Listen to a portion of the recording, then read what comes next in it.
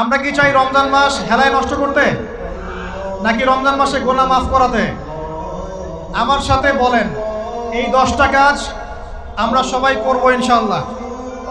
রমজান মাসকে ইফেক্টিভ করতে এই 10টা কাজ করব ইনশাআল্লাহ। রাজি আছেন? এক নাম্বার হচ্ছে 5 ওয়াক্ত নামাজ। রাজি আছেন কিনা? 5 ওয়াক্ত নামাজ সাধ্যমতো চেষ্টা করব জামাতে পড়ার জন্য। ওই যে নামাজ নাই ইসলাম নাই, নামাজ যে পড়ে না ওর সাথে কোনো খাতির নাই। খাতির আছে? কোনো খাতির নাই। নামাজ অবশ্যই পড়তে হবে, মাস্ট বি। এরপরে নামাজের সাথে সাথে কমপক্ষে 12 রাকাত করে নফল। কত রাকাত? যে ব্যক্তি 12 রাকাত নফল বা সুন্নত দৈনিক পড়ে তার জন্য জান্নাতে একটা ঘর তৈরি করা হয়। 12 রাকাত কি কি কে বলতে পারবেন? প্রথমে ফজরের 2, জোহরের আগে 4, জোহরের পরে 2, কত হলো? 4 2 6 2 8, মাগরিবের পরে, এশার পরে, এই হলো 12। পড়বো তো ইনশাআল্লাহ? এগুলো 1 নাম্বার কাজ, নামাজ পড়া। 2 নাম্বার ভাই, নামাজের সাথে সাথে তাহাজ্জুদ এবং তারাবি অবশ্যই পড়তে হবে। রাজি আছে কিনা? আল্লাহর ওয়াস্তে গ্যাঞ্জাম করতে যায় না 20 না 8, এই গ্যাঞ্জামে আল্লাহর ওয়াস্তে যায় না। তারাবির নামাজ 5 ঘন্টা। কত রাকাত সেটা বড় কথা। তারাবির নামাজ কত ঘন্টা? প্রায় 4-5 ঘন্টা। 5 ঘন্টায় 8 রাকাত পড়েন, 5 ঘন্টায় 20 রাকাত পড়েন। কি বুঝতে পারছেন কথা? নবী সাল্লাল্লাহু আলাইহি ওয়াসাল্লাম তারাবির নামাজ কত লম্বা পড়েছে? 1 ঘন্টা। কতক্ষণ পর্যন্ত? সাহাবীরা কি বলছেন? সাহাবীরা বলছেন যে আমরা তড়িঘড়ি করে সেহরি খেয়েছি। নামাজ এত লম্বা নবীজি পড়েছেন, শেষে তড়িঘড়ি করে সেহরি করতে হয়েছে। নবী সাল্লাল্লাহু আলাইহি ওয়াসাল্লামের 2 রাকাত নামাজ কত লম্বা ছিল। আমরা এখন নামাজের রাকাত সংখ্যা নিয়ে যত বেশি ঝগড়া করি, কোয়ালিটি নিয়ে এত ঝগড়া করি। কোয়ালিটি ইম্পর্টেন্ট না? আমার নামাজটা কত সুন্দর হচ্ছে, কত লম্বা হচ্ছে, কত ধীর স্থির হচ্ছে, এই নামাজে আমি ধীর স্থিরভাবে কোরআন শুনবো, বুঝবো, চোখ দিয়ে পানি ঝরবে, এগুলো ইম্পর্টেন্ট না? মক্কা মদিনায় গিয়ে দেখেন, যারা এখন উমরা করতে গিয়েছেন অনেক, তারা সৌভাগ্যবান। তারাবির নামাজ নর্মাল এমনি যে কোনো নামাজেই, তারাবির নামাজ তো আরো বেশি। দাঁড়ালে আপনার চোখ দিয়ে পানি পড়তে বাধ্য।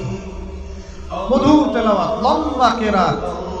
ফজরের নামাজ মিনিমাম 20 মিনিট। ফজরের নামাজ 15 থেকে 20 মিনিট।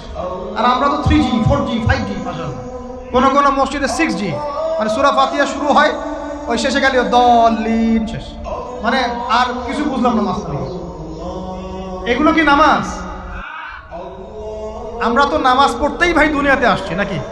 দুনিয়াতে আসছি কেন? ওমা খালাকতুল জিন্না ওয়াল ইনসা ইল্লা লিয়াবুদুন। তো নামাজই তো পড়তে আসছি ভাই, এখন তাড়াহুড়ার কি আছে? ধীর স্থির ভাবে আপনি 8 রাকাত পড়তে চান, পড়েন, লম্বা করে পড়েন, ধীর স্থির ভাবে পড়েন। এক ভাই বলছেন আমি 20ই পড়বো। আচ্ছা ভাই পড়ুক তো, ওকে 20ই পড়তে দেন, লম্বা করে পড়তে বলেন, ধীর স্থির ভাবে পড়ো। আরেকজন পড়ছে 2 রাকাত, রাতের সালাত 2 করে, একটা হাদিস আছে না? রাতের সালাত 2 করে, এই বেচারা 2 করে পড়তেই আছে। লম্বা করে পড়লে কোনো সমস্যা আছে? উদ্দেশ্য কি? আল্লাহকে পাওয়া। আমি নামাজে আল্লাহকে পেলাম কিনা এটা বড় কথা। আল্লাহ রাব্বুল আলামিন আমাদের সবাইকে ধীর স্থিরভাবে কোরআনকে কেন্দ্র করে তারাবি তাহাজ্জুদ করার তৌফিক দান। এটা রমজান মাসের ইফেক্টিভ রমাজান আপনাকে কাজে দিবে। 2 নাম্বার। 3, এটা বলে দিয়েছি, রমজান মাস হবে কোরআনময় মাস। এই মাসে কোরআনের 6টা হক আমরা আদায় করবো ইনশাআল্লাহ। মনে আছে তো ইনশাআল্লাহ? তেলাওয়াত, মুখস্থ করা, আরবি শেখা, আদেশ নিষেধ মানা, দাওয়াত দেয়া এবং হিফজ করা। পারবো তো ইনশাআল্লাহ? নিয়াত করেন জোরে জোরে। 4 নাম্বার, রমজানকে ইফেক্টিভলি ইউটিলাইজ করতে হলে প্রতিটা কাজ সুন্নত সম্মতভাবে করতে হবে। এভাবে আপনি রমজানটাকে ইফেক্টিভলি ইউটিলাইজ করতে পারেন। কীরকম একটু বোঝাচ্ছি। মনে করেন এমনি নর্মালি আমরা সব সুন্নতগুলো অনেক সময় খেয়াল রাখি না। খাচ্ছি, খাওয়ার সুন্নত, খাওয়ার মধ্যে কিন্তু প্রায় 10-এর বেশি সুন্নত আছে। ওযুর সুন্নত, কথা বলার সুন্নত, হাঁটার সুন্নত, কাপড় পরার সুন্নত, দোয়া কালামগুলো, ঘুমানোর সুন্নত, অনেক সময় আমরা কিন্তু এগুলো খেয়াল করি না। রমজান মাসে চেষ্টা করবেন প্রতিটা কাজ সুন্নাহ মাফিক বুঝে করার জন্য। আল্লাহ তৌফিক দান করুন। রমজানে ঘুমাবো, ঘুমানোর আগে বিছানাটা ঝেড়ে নেব, লাইট অফ করব, আমরা দোয়া, এই যে সূরা ফালাক নাস ইখলাস এগুলো পড়বো, কাফেরুন সূরা পড়বো, আয়াতুল কুরসি পড়বো, সূরা বাকারার শেষের আয়াতগুলো পড়বো, পারলে সূরা মুলকটা পড়বো, ঠিক আছে? প্রয়োজনে ওযু করে আসবো, এসে আমরা ডান কাতা হয়ে শুয়ে আল্লাহুম্মা বিইসমিকা আমুতু আহয়া, এই যে শুরু করলাম। ঘুম থেকে ওঠা, ওযু করা, ওয়াশরুমে যাওয়া, খাওয়া দাওয়া করা, মসজিদে যাওয়া, নামাজ, জিকির, তাসবিহ, তাহলিল, ব্যবসা বাণিজ্য, এগুলো সব কিছু সুন্নত নাই? প্রতিটা কাজ সুন্নাহ মাফিক করার চেষ্টা করবো, আল্লাহ তৌফিক দান করুন। ফিকহুস সুন্নাহ এরকম কিছু বই পাওয়া যায়, ফিকহুস সুন্নাহ, কিতাবুস সুন্নাহ, এরকম অনেক বই আছে। আরবি থেকে বাংলা অনুবাদ হয়েছে, বাংলাদেশের উলামায়ে কেরামও লিখেছেন। এরকম সুন্নাহ শেখার কিছু বই কিনে নেবেন, কিনে নিয়ে প্রতিটা কাজ কিভাবে করলে সুন্নত হয় পড়ে দেখবেন। পারবেন তো ইনশাআল্লাহ? আল্লাহ পাক তৌফিক এনায়েত করুন বলি আমিন। এটা কত বললাম? 3 নাম্বার। 4 হচ্ছে দান সাদাকা বেশি বেশি করা। রমজানে দান সাদাকা বেশি বেশি করা। আল্লাহ রাসূল সাল্লাল্লাহু আলাইহি ওয়াসাল্লাম রমজানে রহমতের বাতাসের চাইতেও বেশি বেশি দান করতেন। আমরা পারবো কিনা ইনশাআল্লাহ? দেখেন, আমি একটা কথা বলি, দান করার জন্যে সম্পদ লাগে না, দান করার জন্য কলিজা লাগে। কি লাগে? ব্যাস, যার মন বড় সে দান করতে পারবে ইনশাআল্লাহ। আল্লাহ পাক আমাদের সবাইকে দ্বীনের জন্য দান করার তৌফিক দান করুন। দ্বীনের জন্য দান করেন, স্থানীয় মসজিদ, মাদ্রাসায়, এতিমখানায়, অসহায় মানুষের পাশে, বিধবার ঘরে, এতিমের ঘরে, যারা খেতে পারছে না 3 বেলা, ওদের ঘরে ঘরে রমজানের বাজার পৌঁছে দেন। আল্লাহ পাক তৌফিক দান করুন আমিন। 5 নাম্বার, রমাদান মাসে অবশ্যই অবশ্যই আমাদের জাকাতগুলো আমরা দিয়ে দিব। রাজি আছি তো ইনশাআল্লাহ? বলেছি জাকাত এবং সালাতের মধ্যে যে পার্থক্য করে সে মুসলিম নয়। জাকাত ফরজ হয়েছে, অবশ্যই অবশ্যই আপনাকে জাকাত দিতে হবে। এটা কিন্তু নফল কিছু নয়, এটা কি জাকাতের নিসাব জানেন কি না? কত পার্সেন্ট? 2.5%। আচ্ছা, জাকাতের নিসাব নিয়ে ইনশাআল্লাহ পরবর্তীতে লেকচার চলে আসবে, অনলাইনে দেখে নিয়ে। এছাড়া ফিকহুস জাকাত কিছু প্রোগ্রাম আসবে, অনলাইনে দেখে নেবেন ইনশাআল্লাহ। আল্লাহ রাব্বুল আলামিন আমাদের সবাইকে জাকাতগুলো দেওয়ার তৌফিক দান করুন। শুধু জাকাত যদি আমরা ঠিকঠাক মতো দিতাম, একজন মানুষও সমাজে না খেয়ে মারা যেত। একজন মানুষ সমাজে এই যে ইকোনমিক সমস্যাগুলো যেগুলো হয়, অর্থনৈতিক সমস্যা, স্যাংশন, মুদ্রাস্ফীতি, হাবিজাবি, অনেক প্রবলেমস ওভারকাম করা যেত শুধু জাকাতের মধ্য দিয়েই। কিন্তু কে শোনে কার কথা? শোনে কি জাকাত দেয়? বাংলাদেশে এমনও মানুষ আছে যার একজনের জাকাত দিয়ে 100 পরিবারের সংসার চলবে ইনশাআল্লাহ। আছে না এমন লোক? আমরা জাকাতগুলো দেওয়ার চেষ্টা করি, আল্লাহ পাক তৌফিক দান করুন। 7 নাম্বারটা বলে দিয়েছি, রমজান হচ্ছে একটা নতুন জাতির উত্থান। অতএব রমজানে আমরা সমস্ত পাপ ছেড়ে দিয়ে একটা আলোকিত জাতি হিসেবে আত্মপ্রকাশ করবো ইনশাআল্লাহ। আল্লাহ পাক তৌফিক দান করুন।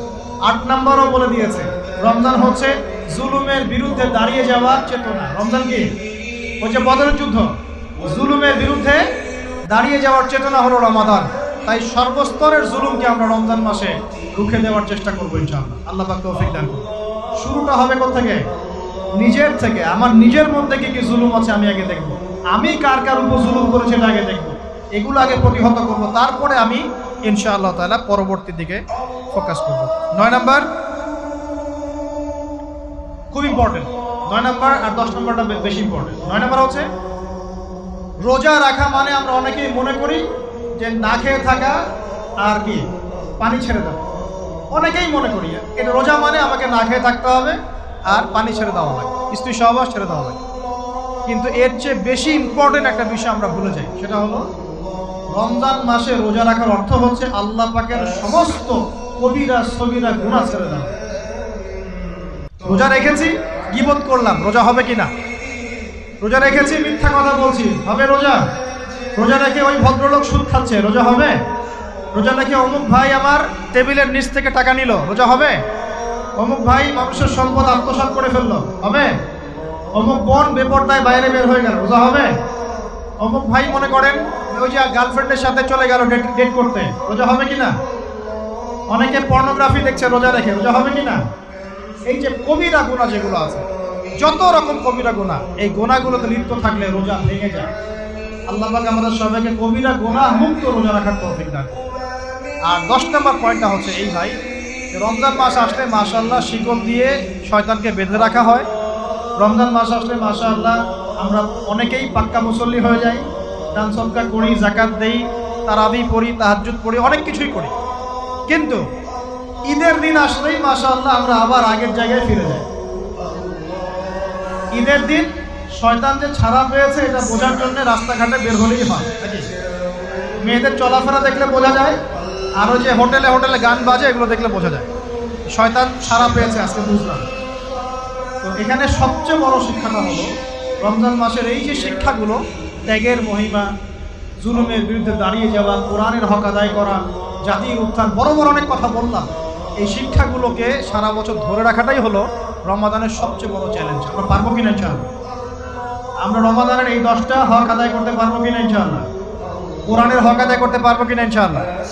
আল্লাহ রাব্বুল আলামিন আমাদের সবাইকে আসন্ন রমজানে সুস্থতার সাথে সমস্ত সওম রাখার তৌফিক দান করুন এবং রমজান মাসে বেশি বেশি তেলাওয়াত করার তৌফিক দান করুন, অর্থ বুঝে পড়ার তৌফিক দান করুন, বেশি বেশি দান সদকা করার তৌফিক দান করুন, বেশি বেশি ওই যে গরিব দুঃখী মানুষের পাশে দাঁড়ানোর তৌফিক দান করুন, বেশি বেশি যাকাতগুলো দিয়ে দেওয়ার তৌফিক দান করুন, বেশি বেশি আল্লাহর জিকির করার তৌফিক দান করুন, বেশি বেশি আল্লাহ পাক আমাদেরকে নফল নামাজগুলো পড়ার তৌফিক দান করুন, কোরআন কেন্দ্রিক সময় কাটানোর তৌফিক দান করুন, রাসূলের সুন্নতের উপর আমল করার তৌফিক দান করুন এবং একটা নতুন আলোকিত প্রজন্ম এবং জাতি হিসেবে এই রমাজানে আল্লাহ রাব্বুল আলামিন আমাদের যুব সমাজকে আত্মপ্রকাশ করার তৌফিক দান করুন।